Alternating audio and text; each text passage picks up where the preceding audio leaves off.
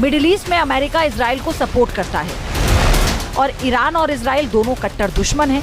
लेकिन जिस रफ्तार से ईरान यूरेनियम संवर्धन करने में जुटा है, उससे सवाल है कि क्या 2025 में परमाणु संपन्न मुल्क बन जाएगा ईरान?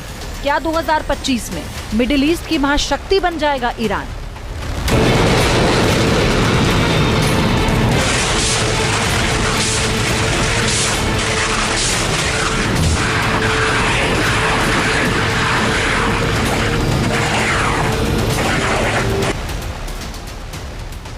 इस सवाल और इस आशंका से ही अमेरिका और उसका डिफेंस पार्टनर इजराइल डरा हुआ है, क्योंकि मिडिल ईस्ट में इजराइल को अपना जानी दुश्मन मानता है ईरान, और इजराइल पर ही काबू करने के लिए ईरान मिडिल ईस्ट की महाशक्ति बनना चाहता है और इसीलिए वो तेजी से यूरेनियम संवर्धन कर रहा है, जिससे न्यूक्लियर प्रोग्राम में तेजी लाई जा सके।